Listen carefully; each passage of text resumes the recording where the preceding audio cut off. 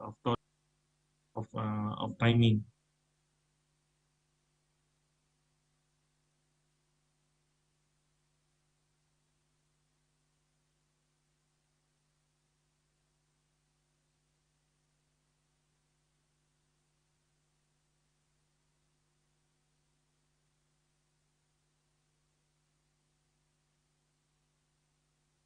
Okay.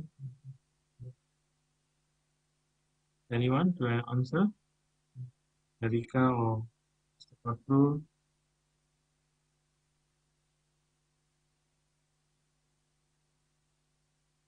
Maybe I can maybe the maximum 1,33%. And you answer the 1,33%, Mr. Mr. No, the last slide earlier. So the error percentage 1.33. Um, Okay, is because it within the range? The range the 1,337 in because the result for the table the test they said measure for the timer that had been set on the tool by comparing the timer content in the smartphone 10 times. Okay, Yeah, so you took the average of 10 times. the time 10 times is the table the error average 1,33%. I think the average the result table 3-1 function ratio. Okay, so the 1.33 percentage, is it acceptable? Acceptable range based on I your think research? the average deviation for way. Okay. Average deviation for way. Okay. Okay, thank you so much. Yes. So thank you for the presentation. Yeah, okay. So the fifth presentation, I think the person is not around. So we'll move on to presentation number 6 for today. Okay, paper ID 1570933 888, an analysis on the energy consumption of coverage path planning algorithms on multiple UAVs. Okay, so I invite Norima Mokhtar. Okay, so are you presenting the video or you're presenting live? Hello, I will be presenting on behalf of Dr. Norima. Is my voice clear to you? Yes, yes, sir. All right. Let me share my screen, please. Okay, so you'll be given 7 minutes for presentation, then 3 minutes for Q&A. Your time start now. All right. Thank you, and hello to everyone. I'm going to present an analysis on the energy consumption of coverage path planning algorithms on multiple UAVs. My name is Anisul Hasnain. I'm a PhD candidate at Faculty of Engineering, University Malaya. So let me briefly explain the background for this work. And fundamentally, we believe that UAVs have brought the scientists and engineers much closer because of their capabilities of direct elections. At most of the times, we have to explore large areas, and for that, we need the coverage paths that traverse through that area. And planning that path actually is coined as coverage path planning. However, when the areas get bigger and bigger, the exploration is carried out through multiple UAVs. So the question that we had to conduct this study was like, what is the number of UAVs? How many UAVs for a specific area should be enough or sufficient, or in fact, does it make any difference to the search or not? So what we used here, we selected a couple of coverage path planning algorithms, and we used 1 and 2 UAVs to find out the optimal number of UAVs or whatever we wanted. The concern was like in a coverage path planning algorithm, there are like 6 fundamental requirements which are mentioned on your screen. And the foremost and the most desired one is the optimal path. The path should be optimal while you are covering an area. So why optimality is needed? On your screen you can see that like it's a specific area that is swept by two specific methods that almost cover the entire region. But we can see if the path is not optimal, how does it affect the UAV to cover that region. And the problem is the UAVs still face the problem of energy consumption or energy preservation, you can say that. So what our focus is, like we want to optimize the path so that our UAV might be taking lesser energy to cover a specific area, and we also want to see the effect of different paths on our energy consumption. And if the energy is consumed lesser, that means like our we can explore more coverage area with the same power that we have. That's number one. Number two, if there are too many maneuvers in your coverage area, for example on your screen, if let me if let me explain it to you. For example, these specific paths over you see, like there are fewer number of maneuvers as compared to this path. So when a UAV is taking a maneuver, it has to decelerate, it has to almost come to a point of no movement, and then it has to take a turn and then accelerate. So we also believe that if a path has more maneuvers in it, that eventually makes the path lesser optimal.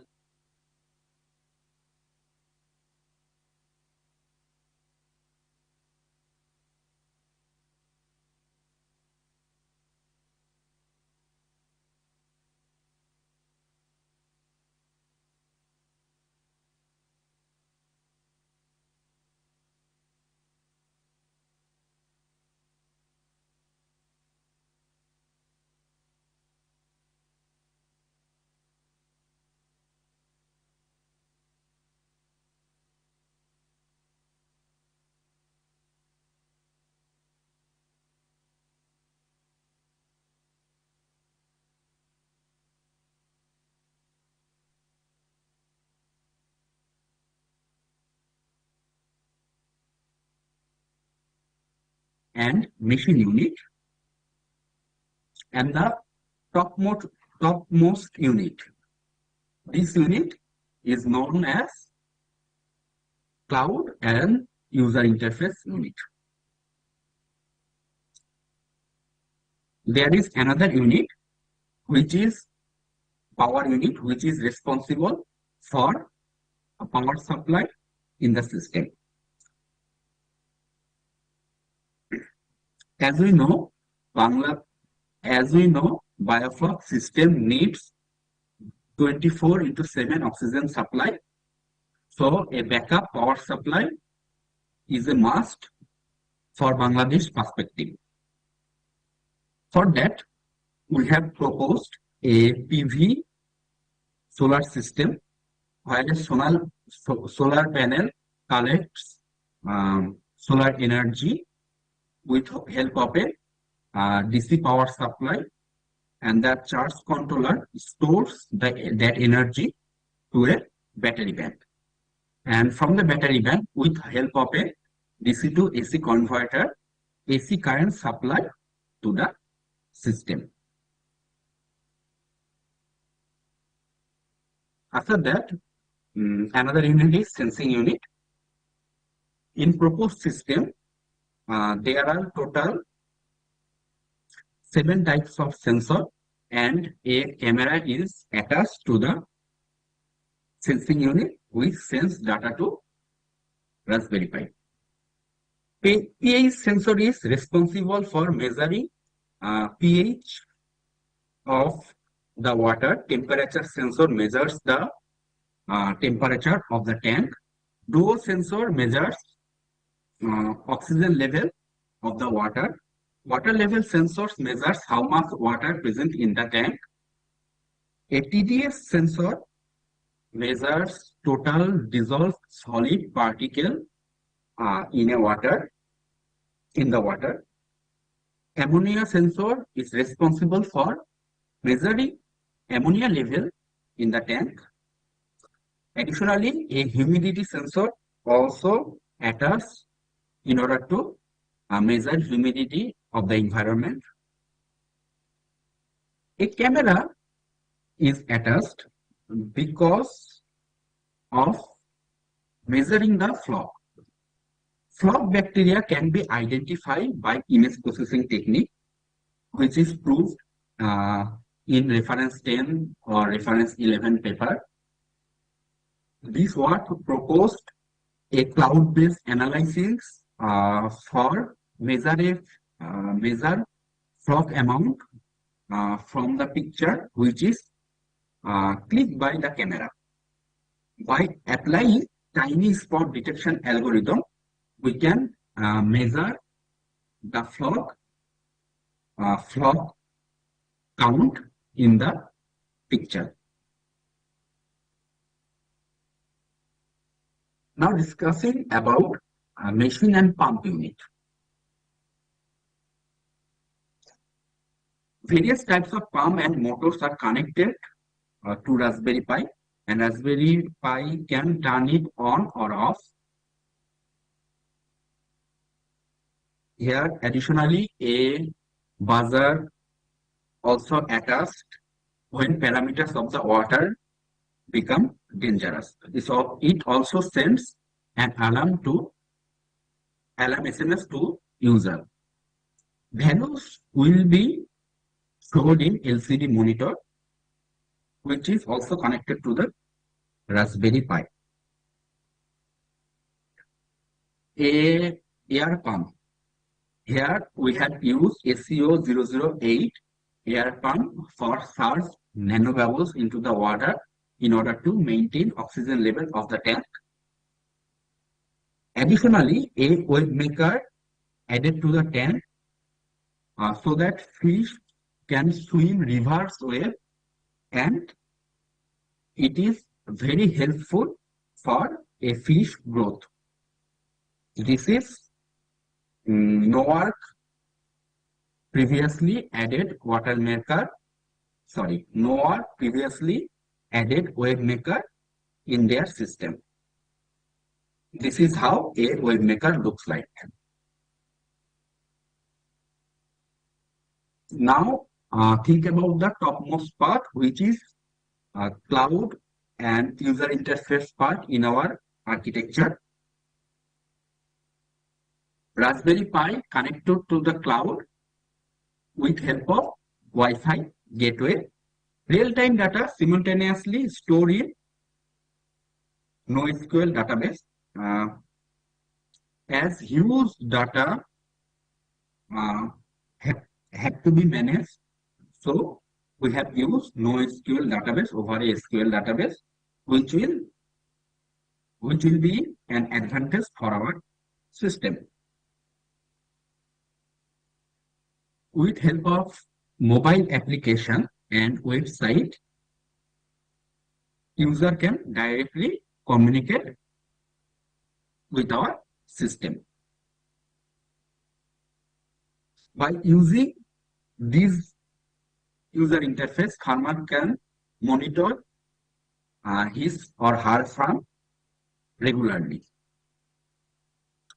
So water quality management will become painless. The bottommost part was actuator unit in our architecture, where total 4 kinds of actuator are present. First one is food actuator, which is responsible for supply food on the tank on time. TDS actuator actually control TDS level in a tank. If TDS become less than 2000 milligram per liter, this actuator will supply salt in the water, and if TDS become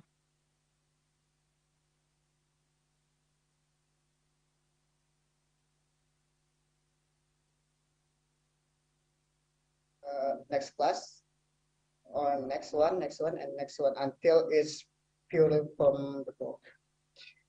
After that, the LCD show the identification and If it's true, then it's finished. Okay. Result and discussion. This is the graph of sensor MK over time.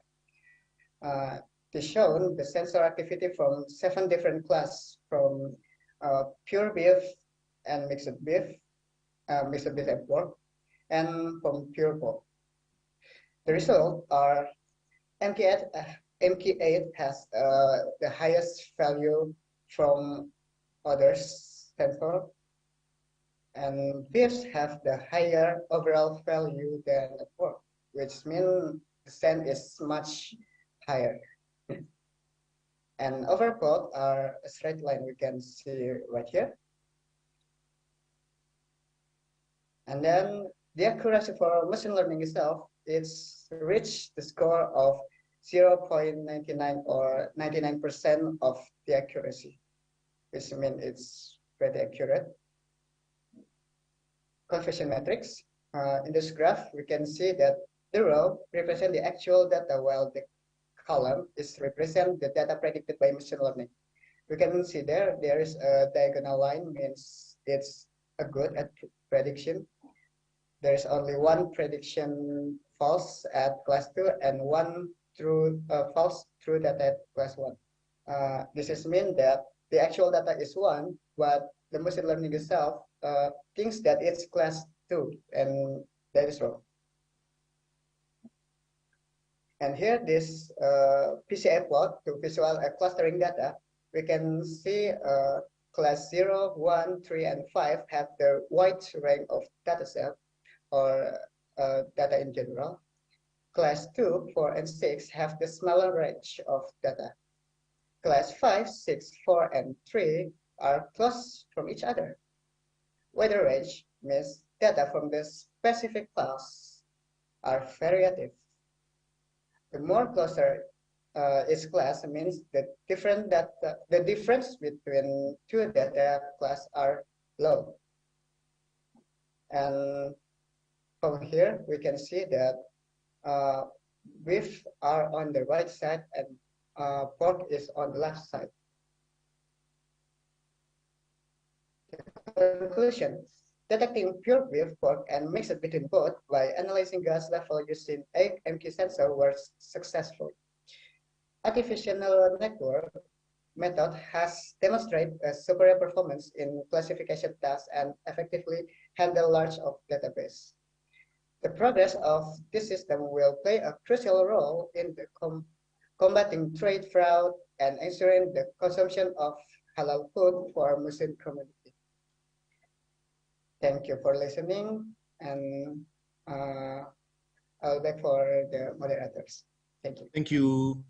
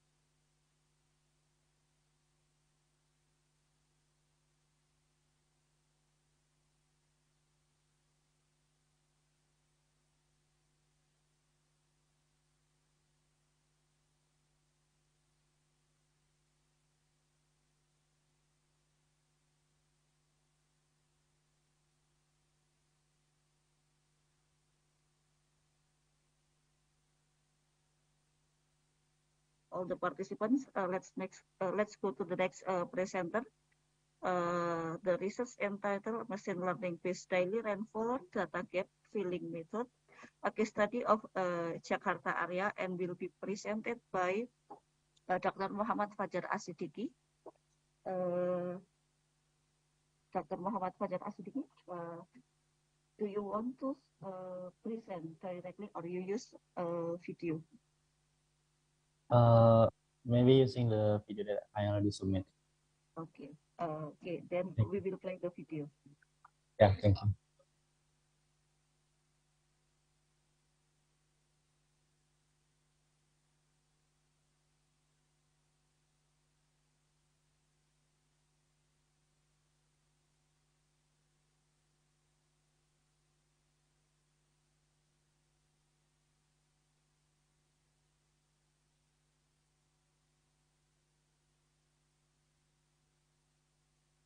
And this is done by Rafael Edwin Hananto Kusumo. Sorry if I read it wrongly or not nicely as it should. Adela Gravita, Miss Ricky Pasojo, LD Irwansha, and I believe these lovely researchers come Bina Nusantara University Indonesia. I believe Mr. Ricky Prasojo will handle this. Please have the floor and you have 10 minutes. Okay, thank you, Dr. Zamri Harun. Is my voice are clear, right? Very clear. Okay, okay. I'm gonna share my screen first. Let me. Okay. First of all, hello everyone. I want to express my gratitude for the opportunity to present our paper on aerosip, and thank you so much to University Muhammadiyah Yogyakarta. Today I'm present all of my friend and my lecturer. There's Rafael Edwin, Adela, and my lecturer, Mr. Edi Irwansyah. Okay. Next is this research focuses on the vital role of tree in oxygen production and their benefit in improving the well-being of urban population by reducing emission. Using deep learning, specifically deep forest, we detect trees in urban areas using aerial images from Gelora Bung Karno areas and TPU Karet Bifak in central Jakarta. The study also analyzed the tree health using VARI method or visible atmospherically resistant index.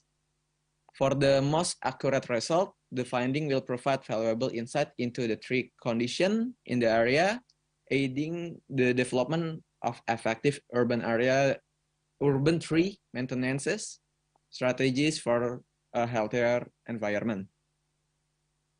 Next, from the related works, we can see in 2022, Bennett and Gemma conducted a study using a deep forest, which achieved remarkably high accuracy in tree detecting and counting. And then moving on tree health assessment, ANISA in 2020 employ aerial imagery with VARI and discover concerning declining health of tree with the study area requiring inspection.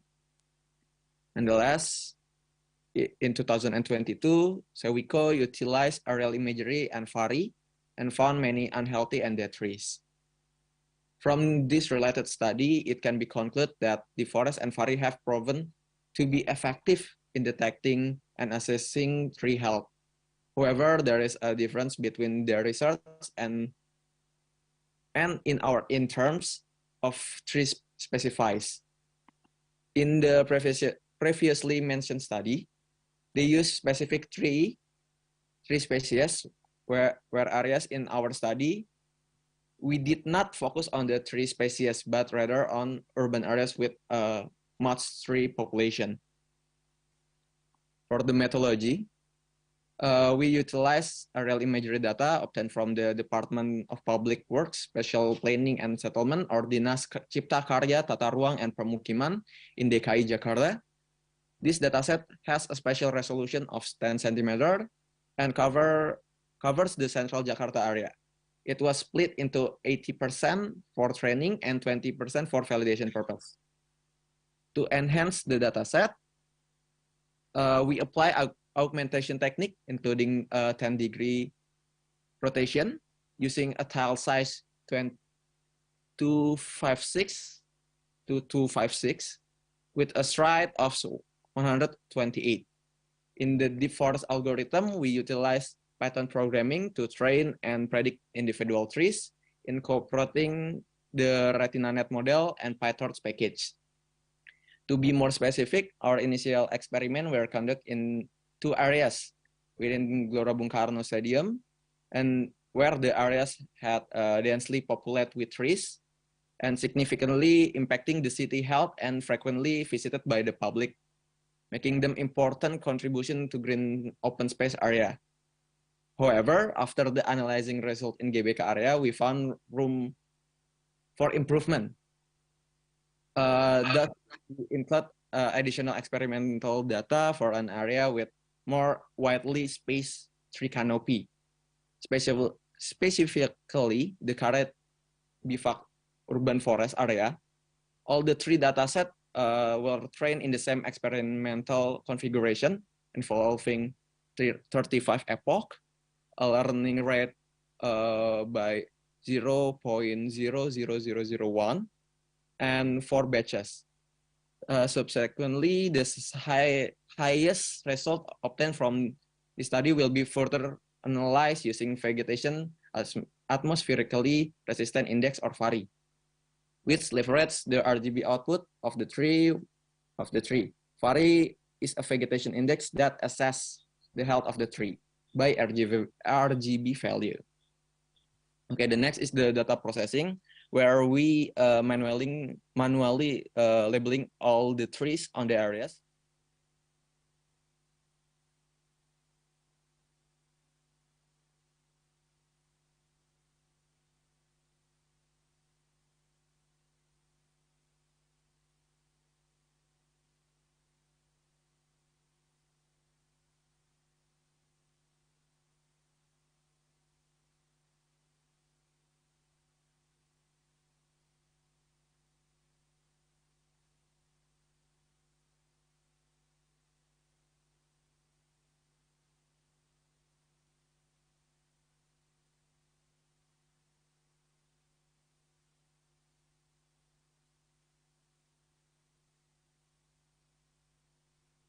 Add our model and train our model in here to get the individual tree prompt prediction. So after that, this is the result of deep forest. From the first result, Gelora Bung Karno Area 1, we got recall 34%, precision 15%, and F1 score 21%. Gelora Bung Karno Area 2, recall up 80%, precision 48%, and F1 score 60%. And the last is TPU Karet Bivak with recall 87%, precision 58%, and F1 score is 70%. We can see from the result, the more dense the canopy of the trees or more compact the trees each other, makes the result are more low. But if the trees had more space, we got the bigger value in here, right? Okay, this is the result of the forest for the areas. This is our manual labeling, and this is the forest prediction labeling. From 125 trees, we can predict with the forest 85 trees. Okay. Next, we are going, because the TPU Karet Bivak is the most highest result, we use the TPU Karet Bivak. And then we go to VARI flowchart, to VARI, to assess the health assessment of the trees. Okay, so this is the flowchart, and then this is the equation of VARI, where they using RGB to detect or the tree is healthy or not, or declining health or something. So this is the equation: green minus red, and then green plus red and minus blue. And this is the result from 125. The forest successfully detected 85 on TPU Karat Bivak, and Fari successfully detect 2 healthy tree and 15 moderate health tree, 41 declining health, and 27 trees need inspection. And also we verify on the location are the result. Because we are utilizing the crucial information of this reactor, right? So these are the open things.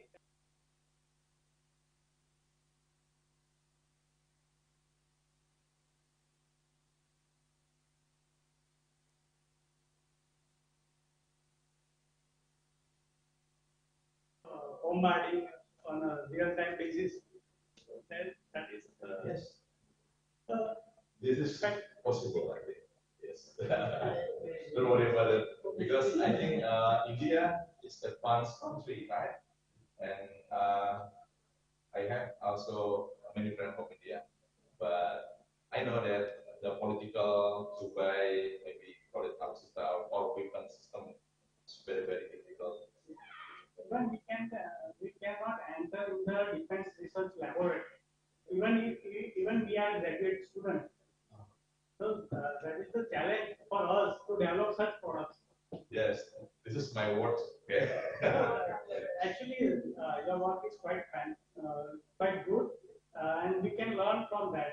Actually, how to develop this system within the companies. Yeah, actually, I can hear about this data because we realized that Indonesia only buyer, right?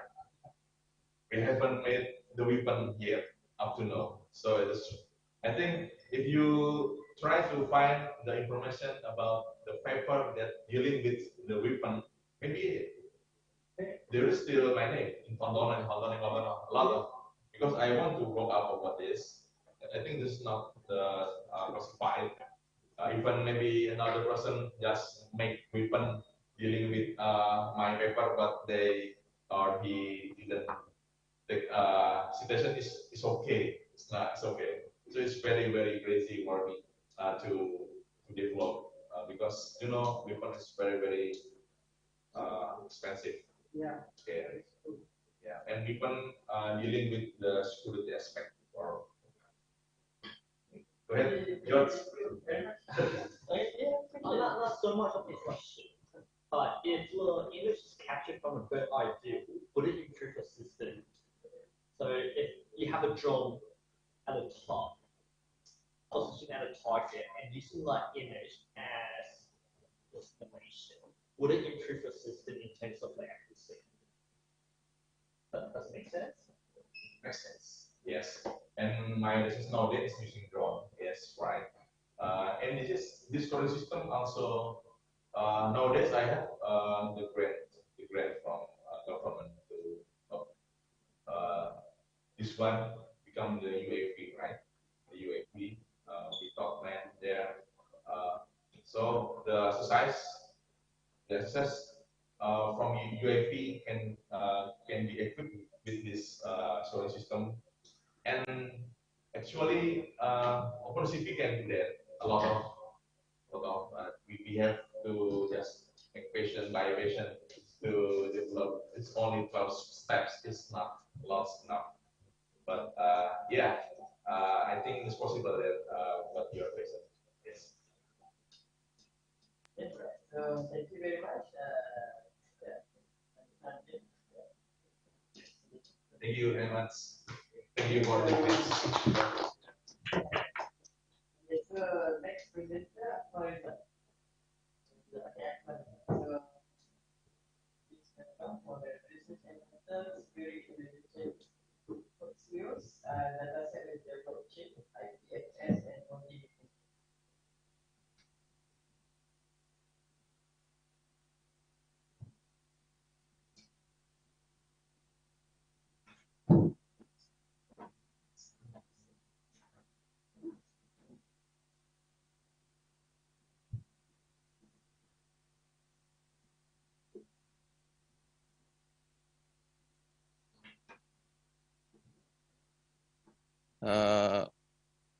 The deep forest detect some location, right?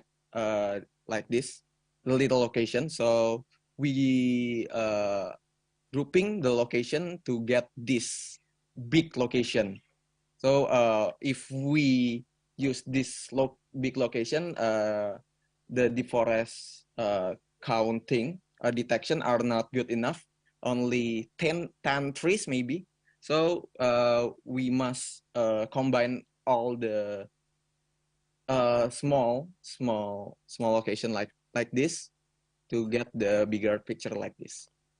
Understand. So actually there will be more trees, but the way the algorithm works is that the small tree will be combined with one bigger, like, so-called electronic trees. Okay.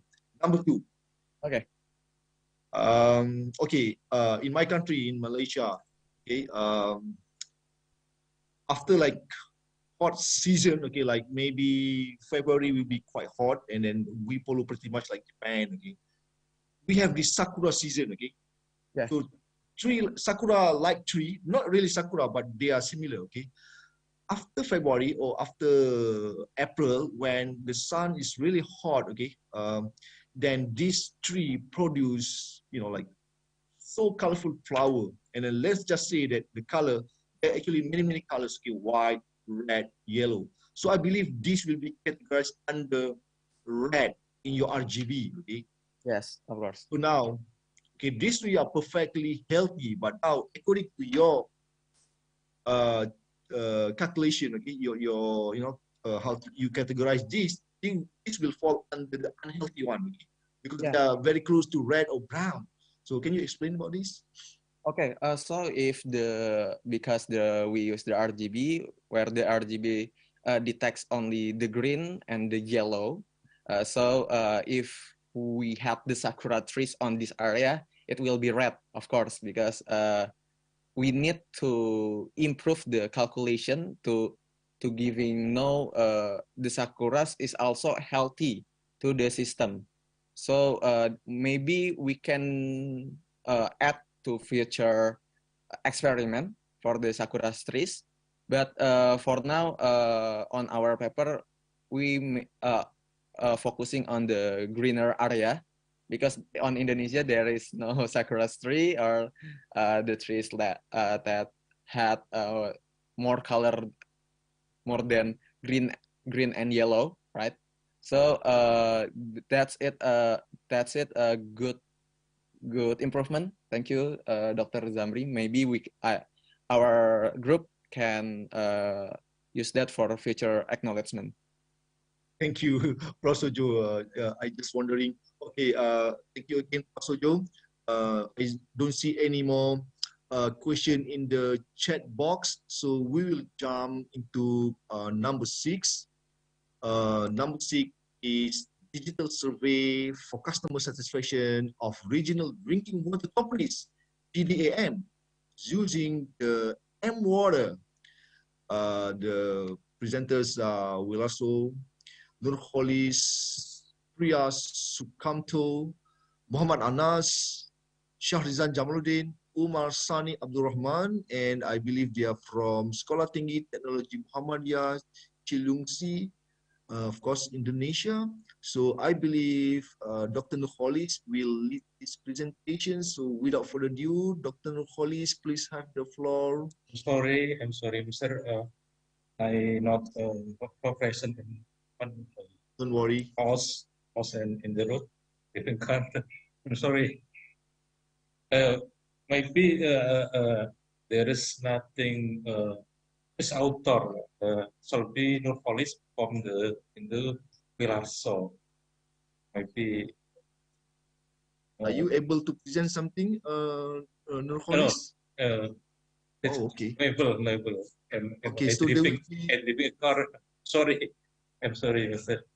So there will be no presentation. Okay, in that case, okay, I will ask the video?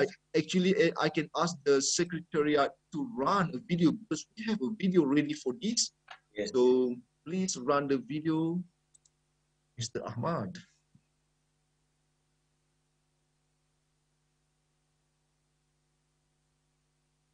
Assalamualaikum warahmatullahi wabarakatuh. We respect the finalist team at the international friend Airu SIP 23.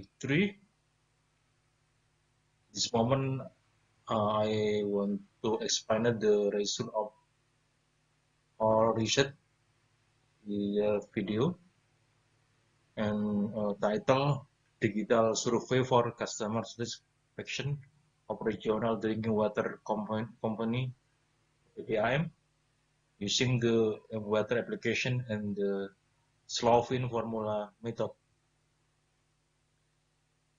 And this my team, myself, team leader Nurholis, our member Larso, Ria Sukamto, Anas Sobarnas, Sahrijan, and Omar Sani. Di form Computer Scan Departemen Sekolah Tinggi Teknologi Muhammadiyah Cilengsi Kabupaten Bogor, Jawa Barat, Indonesia, and Ocean Engineering Technology and Informatics Departemen University Malaysia Terengganu.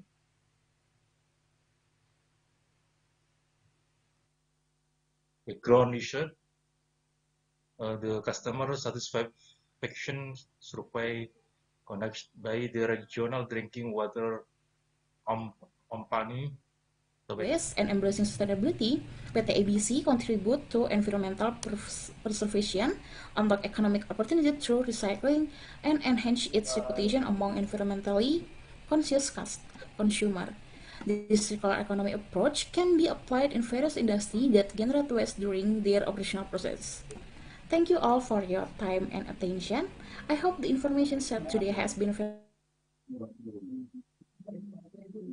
Okay, thank you very much, Ms. Mutiara Salsabila Putri from Telkom University for your presentation. And we'll go to the next paper entitled Metaverse-Based Learning Media to Increase Wireless Security Awareness, with the author Ahmad Habibi, Muntain Nirbaya, Ahmad Zainuddin Mahmud, and Zakwan Ade Bewasana from Polytechnic Cyber, Septia Ulfa Sunaring Tias from National Cyber and Crypto Polytechnic Indonesia, and the presenter will be Muhammad Muntain Nirbaya. So you would like to present directly?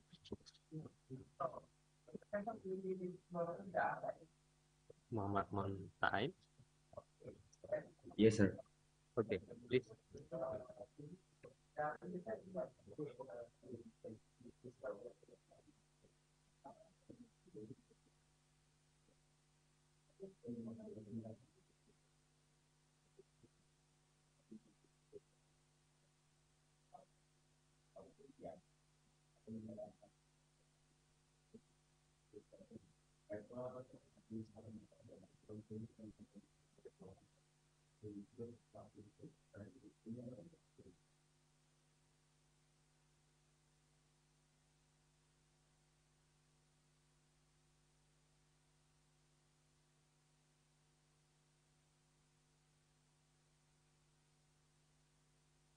May I ask the video in this screen? Yeah. Okay. You can see. Please. Okay. Thank you for this. Let me to open this. Good evening. My name is Muhammad Habib Mutandibaya. I'm from Cybersecurity Polytechnic Badan Sanding in this. Yeah. Thank you for the chance for me to present this paper. So I want to present about metaverse-based learning media to increase wireless security awareness. Okay. The outline is our first introduction, the new area concept, learning media development, testing analysis, and in the last is conclusion and future goal. Okay, let's first talk about the introduction. Okay, we see this background. Exceed the benchmarks, the 97 accuracy level. Okay, there's a result discussion. We collect the data and then we separate the data into 3 types of data: training, testing, and validation. So the final result of data, total data, we get 22,000 data for the data training, 2,000 data for the testing and validation respectively. Okay, this the image processing. We implementing 2 techniques: image scaling by scaling the image into the 150 pixel. After that, we implement the image augmentation by doing horizontal rotation to enrich the data set. Okay, this is the deep learning deployment. Prior to the classification process, we make a modification for the CNN architecture by adding the several layers, such as the polling layer, dropout, and ReLU activation function to improve the performance of the CNN architecture, MobileNet, ResNet, and Inception. Okay, we proceed to the result. For the first one experiment, which is conducted by implementing the MobileNet V2 architecture. By using this architecture, we achieve about the 97.71 accuracy. In terms of complexity, this architecture has fewer parameters. It's only used about 1 million parameters. Okay, the second one, we use a ResNet 50 architecture. These are the best architecture. The best is the architecture which managed to achieve the best performance compared to the another architecture. It achieved the accuracy about 98.17 accuracy level. Okay, the last one is the Inception. This architecture managed to achieve the 97.73, higher than MobileNet but lower than ResNet. Okay, this is the comparison, the table comparison. Based on the table and the figure, it can be concluded that all the CNN architecture used managed to achieve the very good accuracy above 97 accuracy level. As the performance comparison of each architecture, it was found that the best results were obtained by the ResNet architecture. The 3 architectures succeed in achieving an accuracy value greater than 97 in decreasing. So the 3 CNN architectures are very feasible to be applied to help early detection of malaria. Okay, this my last slide. Explain about the conclusion. Okay, this is produced to a modified CNN based on CNN based on deep learning and transfer learning. All of the architectures managed to achieve outstanding performance with accuracy rate above 97%. However, there are for the future works, we can do another research by implementing another deep learning algorithm, such the Capstone algorithm, GAN, and etc. Apart from that, The discussion related to the discovery of new technique of image processing is very visible to be carried out, since the image processing can improve the performance of the image classification process. Okay, thank you very much for your attention. I'm happy to be able to share my presentation, to share my research paper. See you next time. Assalamualaikum warahmatullahi wabarakatuh.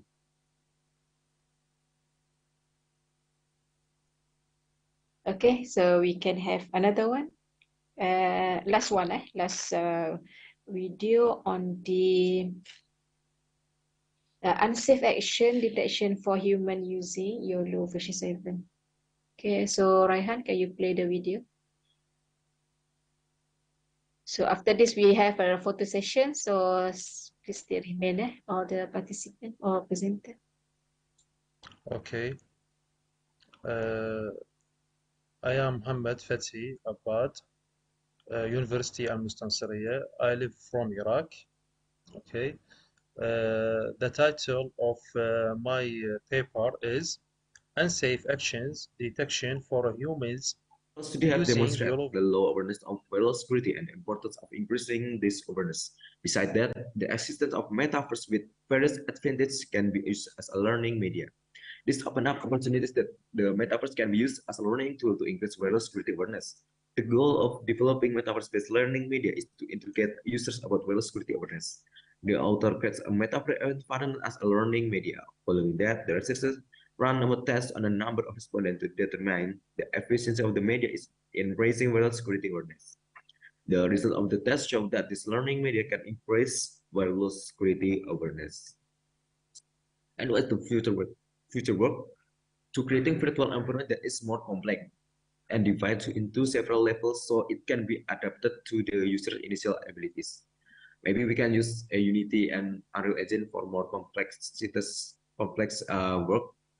And even the future learning media to increase viral security awareness can be more sophisticated in the metaverse. This variation will make the user have many options in choosing the most appropriate learning media and help them understand better. Okay, thank you. That's that I can to present now. Thank you for the attention. Forgive me if there are any mistake. Thank you. Okay, thank you very much for your presentation about metaverse-based media learning, metaverse-based learning media to increase wireless security awareness.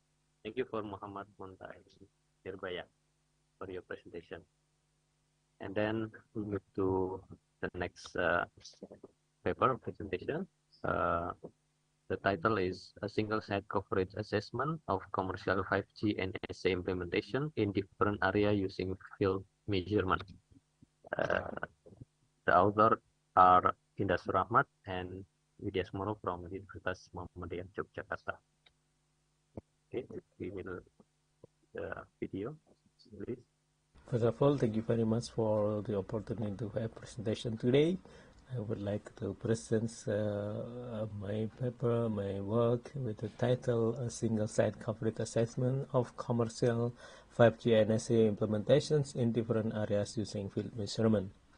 So this is the outline of my presentation. Start from the introductions and methods, result and discussion, and finally the summary.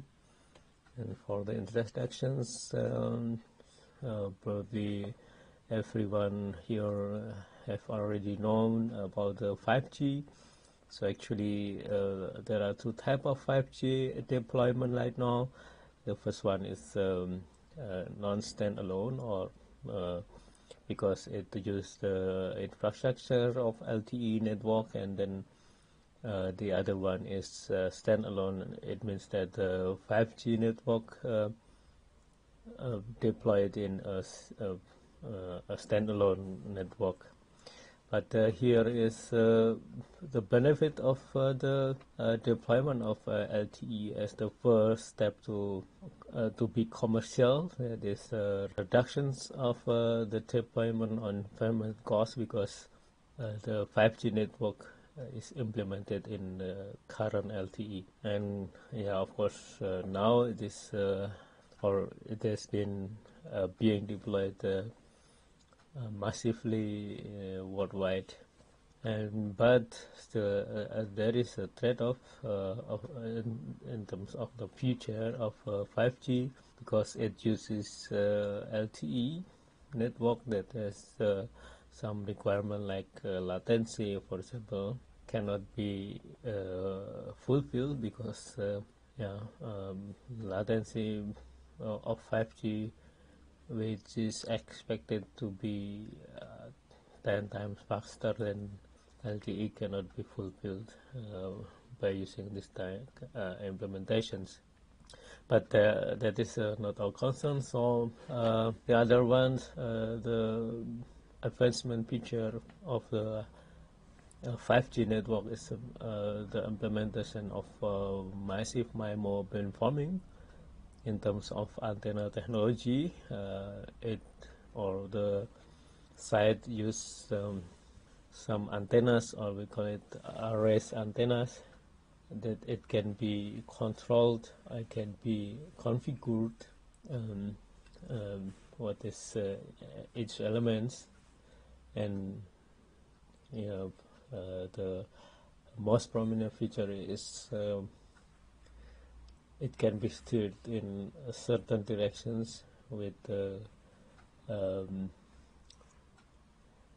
what is targeted beam. I mean, in terms of gain or something, or can be controlled by using the number of elements that activated by the system. And something interesting is how is the beamforming or combat or does the beamforming combat the multi-feedback channel. So in order to answer this questions, we did an assessment of a single G node B or GNB in the 3 different areas. The picture illustrates those 3 areas. We will describe later in the method sections. So the next is about the method. We did a measurement with commercially smartphone or smartphone that's available commercially in market.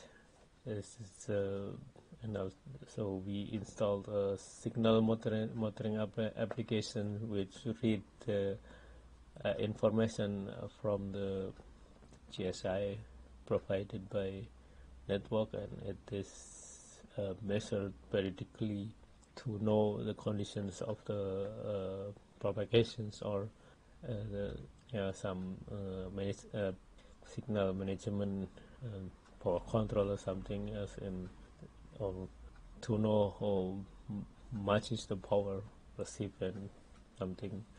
So these applications can read the information from the smartphone, and then it also can record the signal during the measurement. So for the measurement, we used continuous mode to ensure we have we got the traffic beam. So as you can see, the position in the smartphone is in the front of chest. So it is like when you are reading what is news, or you are watching a video or something else, TVs, online TVs, and this is like reading positions. So we use this mode during the measurement, and as you can see from the picture, also this is the route that we used for the investigations. As you can see also here, the color represents conventional sectoral ID, like the sector 1, sector 2, and sector 3. It follows LTE antenna directions of yes.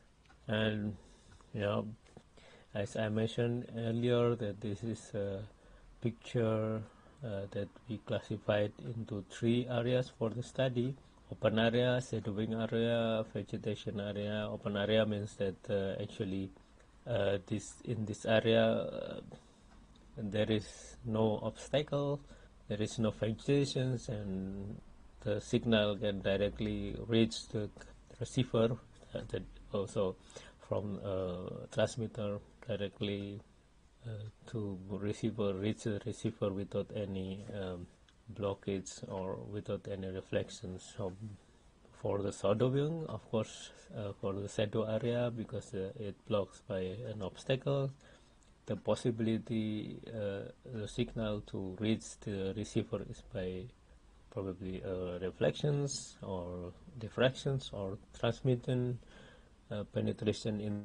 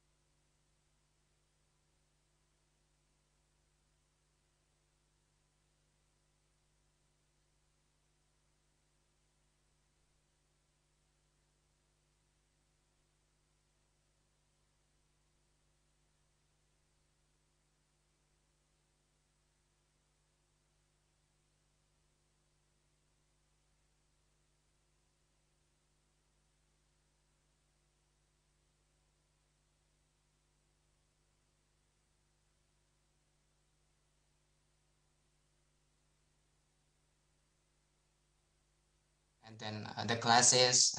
So that's the challenge for image processing. And the next one is image processing, because when we get some various data set in images, so we have to do image processing or not, because some researchers use image processing, but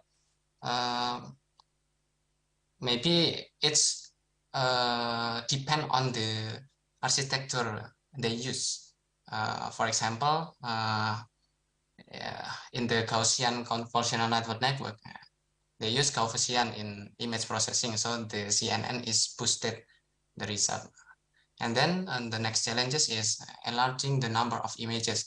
We can see that augmentation is do this process, but some notes we can get from a paper in what is it in there is a paper,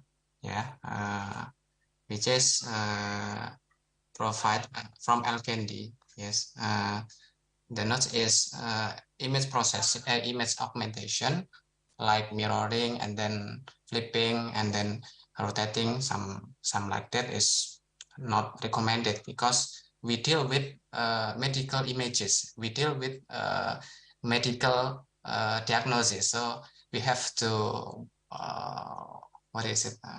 be careful in this augmentation. And then the next challenges is modify or create model. We know that we can modify the pre-trained model, or we can create our model by ourselves, and this is more challenging than we modify the pre-trained model or the available architecture we use from Keras or anything else. And then the computational limit. So when we deal with medical images, some images give big computational, because their dimension is bigger. So we have to do some image processing, for example, and then we have to switch our hardware to process this deep learning, because we deal with images, not just words, because images is more difficult in computational, it's costly computational than words. And then the last one is model evaluation. From these researches, some researchers just use accuracy. So I think in this deep learning, especially in brain tumor classification, because this is a medical diagnosis, so we have to deal with more model evaluations such as F1 score, MCC, or maybe such kappa, etc. And this is more better than just we use accuracy in model evaluation. And the conclusion, we get that predictable classification can be reached by augmentation, architecture modification, detection, network generation, segmentation, and ensemble. The architecture modification is the most popular research in the last 7 years with 8 researchers from 3 publishers. And then the most challenging deep learning method is network generation because this is just one research from the other research. And then each MRI dataset provide different difficulty. We can see that many modality, many classes provide in MRI dataset, so we have to deal with it. And the more modality, the more classes we deal, it's more difficult to research, but maybe it will give you novelty. I think it's enough for me. Thank you for your attention. Good afternoon. Assalamualaikum warahmatullahi wabarakatuh. Waalaikumsalam warahmatullahi wabarakatuh. Thank you, Dr. Aminata, for your presentation. It's very good. And then let's go to the next presenter, Dr. Jefka Damananda. Is the video ready? Okay, yes, my video is ready. So let me share my screen first. Okay, oh wait.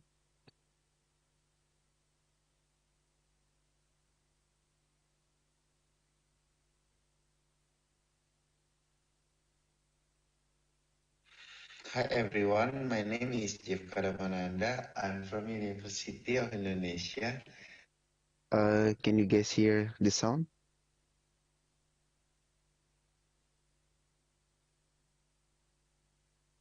Of sentiment analysis and topic modeling of Iglesia application reviews using net-based and supervector machine, a case study of Segari data review on the Google Play Store. The outline of my presentation is divided into 5 sections. First, introduction, then literature study, then research methodology, then result and discussion, and the final section is conclusions and future work. First section is introduction. The background of this research is that Indonesia agriculture has significant opportunities for tech advancement, boosting productivity and market access. And then Segari is a supermarket online platform, a safe and efficient platform for farmers to sell their harvest quickly. The grocery industry relies on customer reviews for on-demand business models. Segari, as a customer-centric company, upholds the principle of being obsessed with our customer. Then measuring customer satisfaction is therefore crucial for Segari. User reviews offer valuable insight for sales teams to maintain service quality by leveraging positive sentiment and improving based on negative feedback. The problem statement is divided into 3 points. The first point is over the last half year, Segari has encountered persistent challenges in achieving its complaint rate targets. And second is tackling this concern necessitates a comprehensive assessment of customer reviews.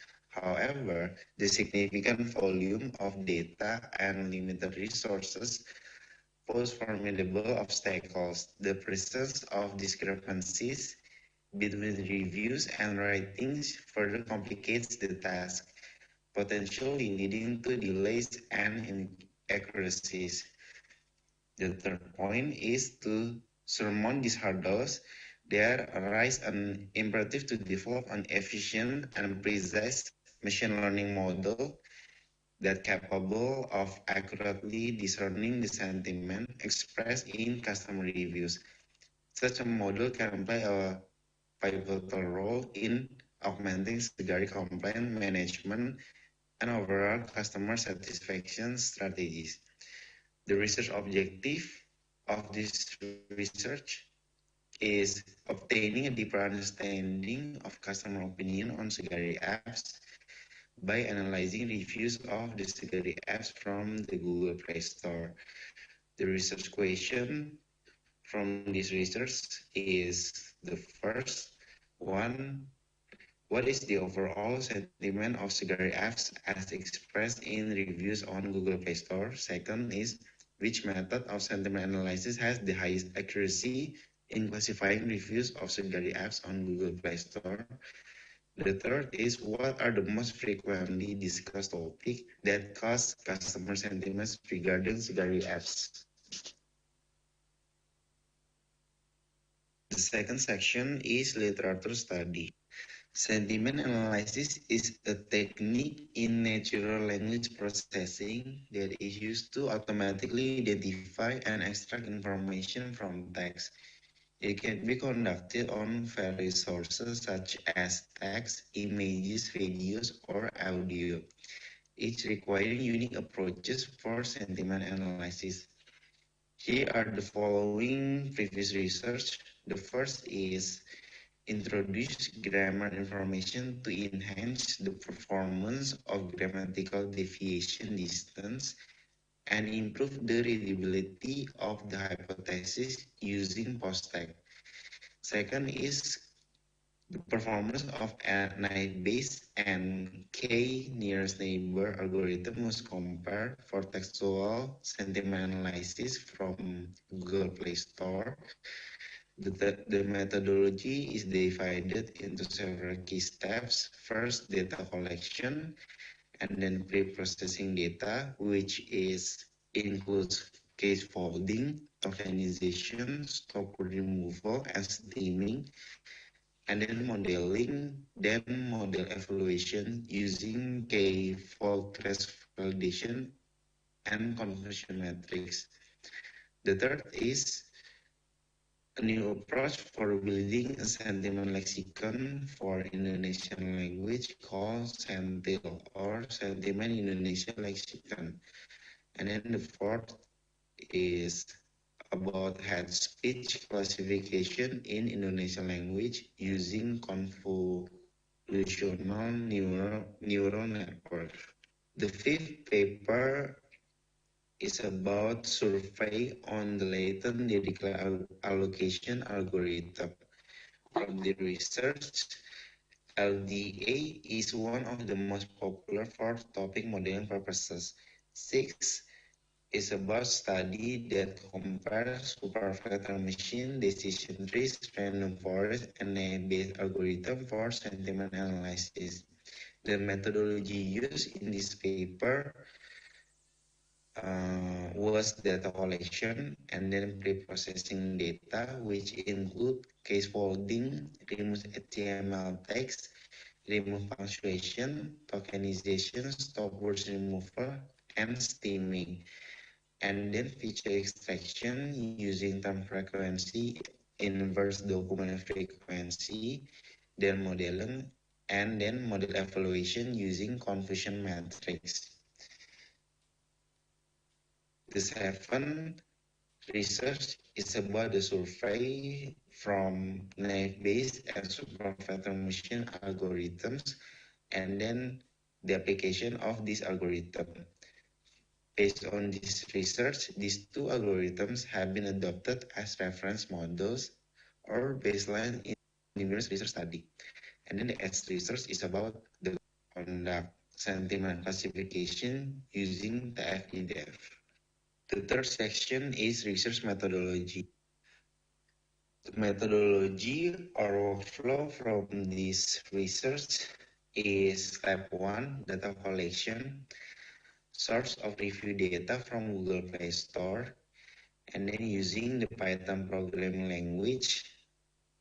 The library used are Google Play Scraper and Selenium. The next step is data labeling. The review data is labeled as positive and negative by 3 annotators. So the first and the second annotators will provide labels to all of the data, and then the third annotators only provides label.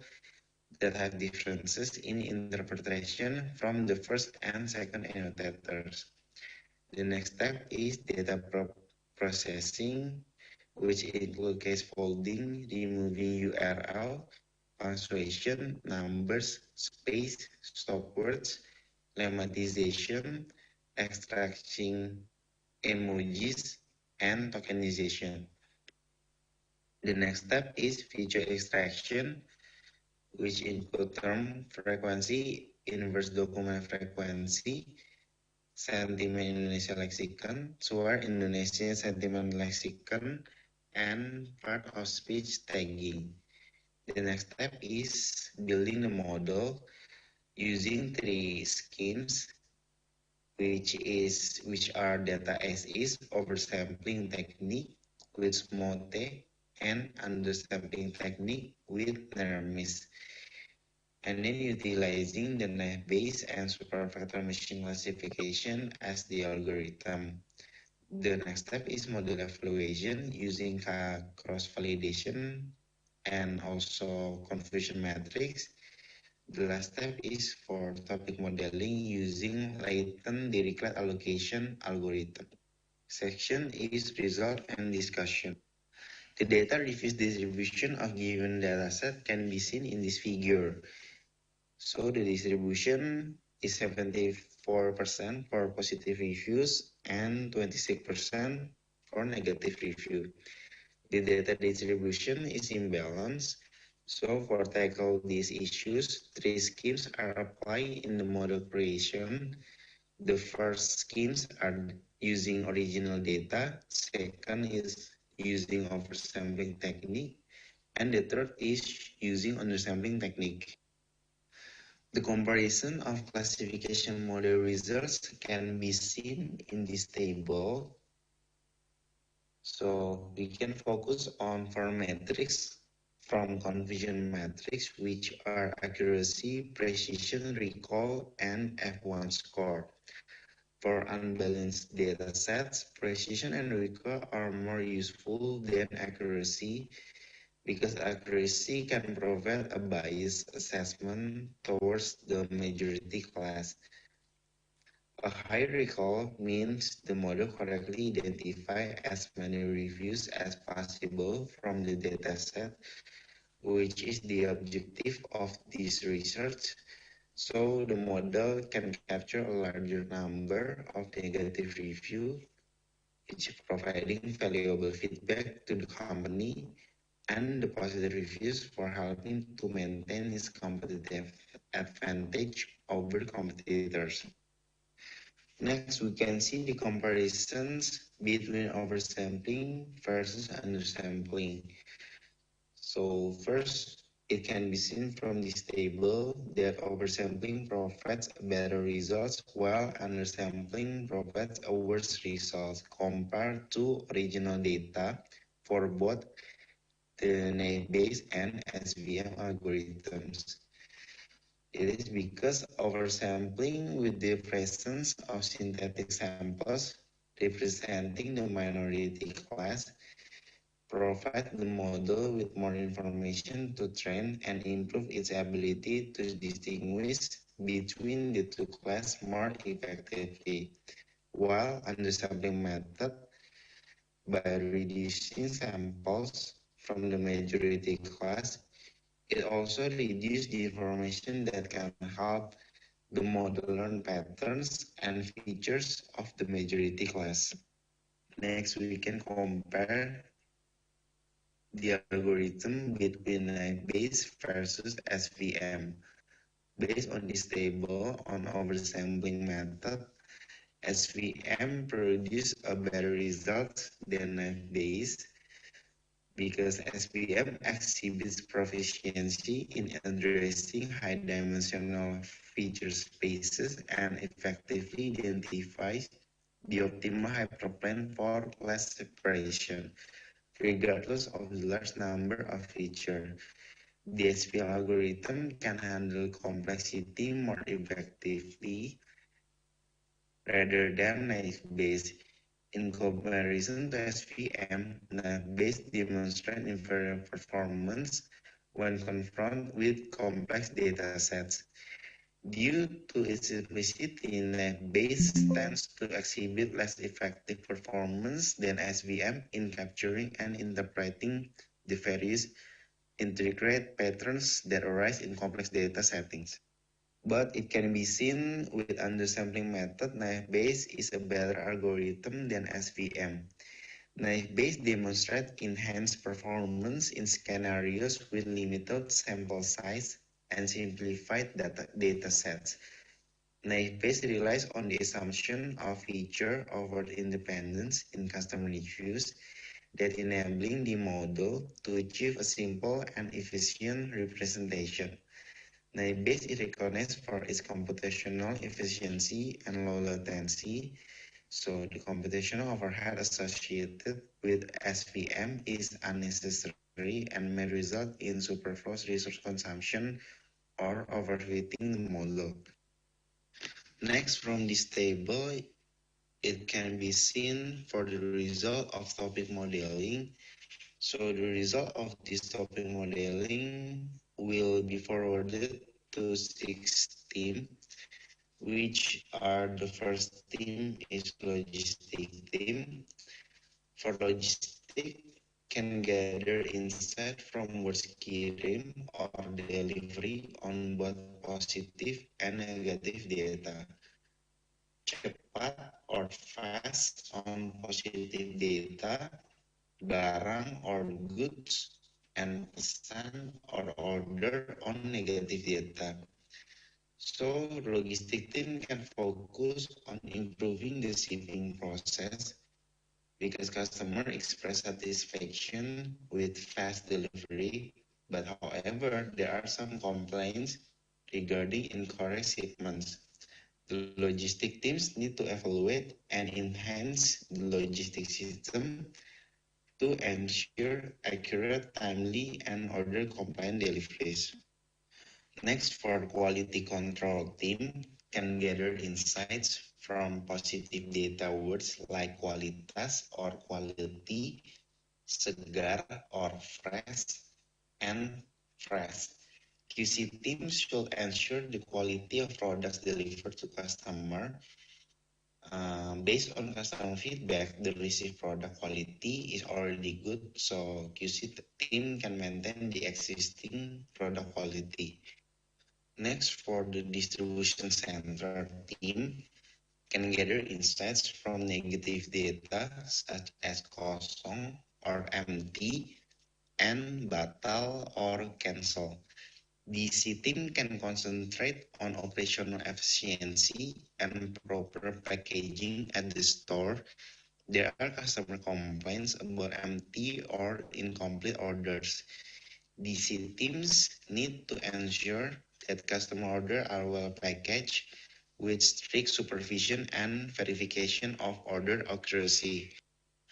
Next, for technology teams can focus on word application or application that found in both positive and negative data. Tech team can review both positive and negative feedback about the application. The tech team should consider customer suggestion and make improvements to the application. Focus areas for improvement could include user interface, speed, and overall app performance. Next, for marketing teams can gather insights from harga or price and promo or promotion that found in both positive and negative data, as well as voucher in negative data. Marketing team can utilize positive feedback to understand product strengths and favor shopping experiences by customer. They can also use the information to enhance marketing strategies and highlight appreciated features. Next, for customer experience teams can gather insight from client or service on positive data, CS or customer service, and tolong or help on negative data. CX team must address negative customer feedback regarding service issues such as dissatisfaction, incorrect orders, or payment problems. CX team needs to improve responsiveness and assist customer more effectively and promptly. They can also extract positive feedback to understand what has worked well and continue best practices in providing a good customer experience. Section is conclusion and future work. The first conclusion about this research is the first, the gathered review data demonstrate a distribution of 74% for positive reviews and 26% for negative reviews. Second is the superfactor machine model combined with oversampling achieved the best model, which recall red value of 89%. The third is the result of topping modeling conclude that customer in general express contentment with the application delivery speed and the quality, also freshness of the products. However, there are specific concerns raised by some customers, such as receiving incorrect items, encountering empty or incomplete packages, and experiencing less than satisfactory responses from customer service. Moreover, diverse sentiments are found among customers regarding the user interface speed and overall performance of the application. Additionally, customers also exhibit varied sentiment concerning in pricing, promotions, and available vouchers. For future work, future research can explore the use of advanced classification model with different classification algorithms and network embeddings and deep learning. Additionally, by increasing the amount of label data, future studies can ensure more representative samples and provide even more insightful results. Furthermore, future research can also focus on sentiment analysis of reviews for other companies and compare them to Sigari to provide valuable insight into different customer perspective and improve company service. Okay, everyone, thank you for your attention. Okay, thank you, Dr. Jeff Dharmananda, for your the presentation. So currently we come to the question and answer section. Is there any participant who want to ask the question or curious about other researcher current work? Please raise your hand or open your camera to ask directly to the others.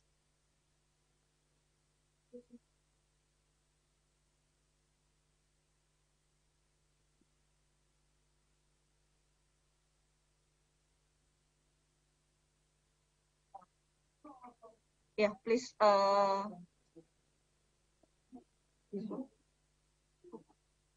Yeah, Dr. Fuad Hamaminata, you can ask directly to the other speakers.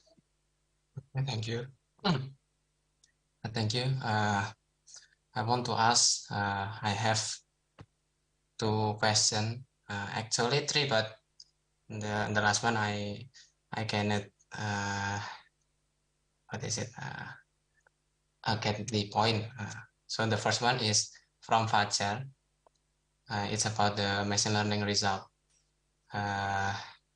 So I forgot about the result, but may I see that the machine learning result that I see that from the presentation is how to get from the correlation with rainfall and the place and the several place there, because I don't get it the point of correlation and rainfall, and that's it. And then in Marwa, can we reduce the parameter from CNN to get better accuracy?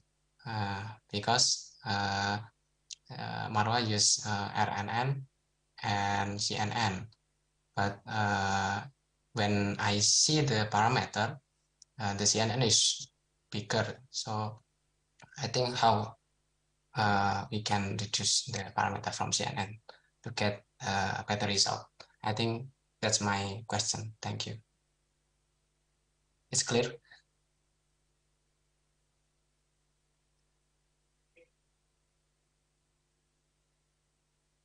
Sorry for the correlation. What's the question again? Sorry.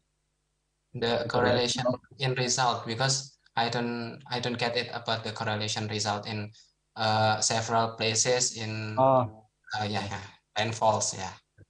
Okay. Should I answer it now or? Yes, you can answer the. Just carry on. Just carry on. Okay. Thank you for the questions. And the answer is the correlation.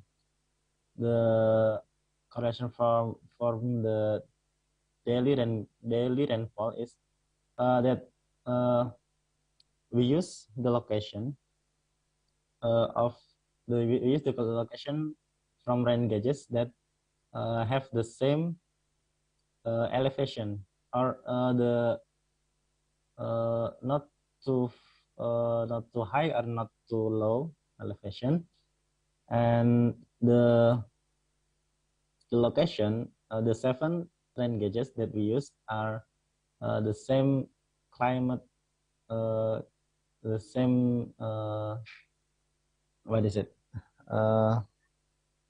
It's the same climatology. There's the same. So the correlation is that the one rain gauge can be used to estimate the rainfall for the other rain gauge. It's like that. Okay. When we, for example, you mentioned about the elevation of the sensor, yes, rainfall sensor. If we don't use the elevation, how it affect to the result? We didn't try it yet, but maybe my suggestion is I assume that the not the elevation of the sensor, but the elevation of the land of the place that the sensor of MDPL the same. Yeah. It's about the elevation between the sensor and the place, kan? Yeah. Because in Jakarta, it's usually same elevation between several places. Several places, yeah. Okay. Thank you. Thank you. Okay, thank you, Dr. Fuad and Dr. Fajar for your discussions. Is there any other participant who wants to ask other researchers about their current research or current work?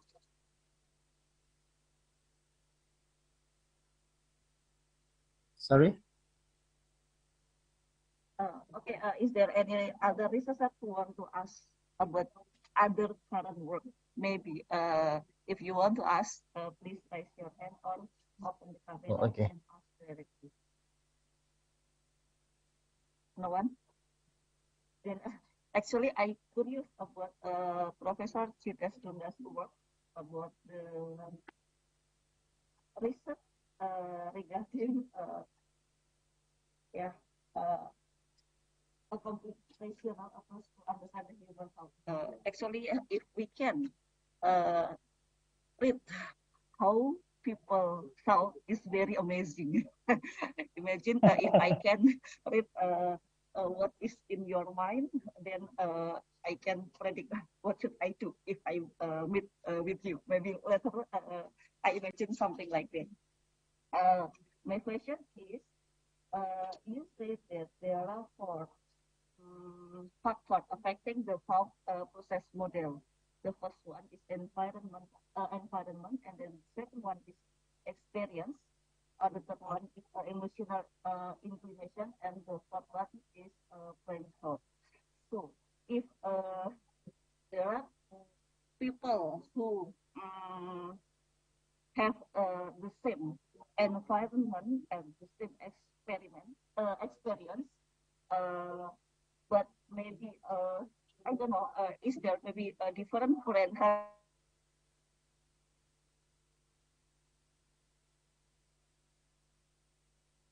Recording in progress. Sir, some my references. Thank you. So thank you very much. Okay, so the question, maybe one question. No question. So thank you very much. Okay, so kalau dia maghrib. Yes. Dah maghrib ah? No, maghrib. Dah maghrib. So saya present. Actually, this is dah maghrib. So we can stop here. Okay, so we can end our session. So thank you very much to all the presenters and targets for today. So hopefully the research will be sent, but from our maybe have some collaboration between the other researchers.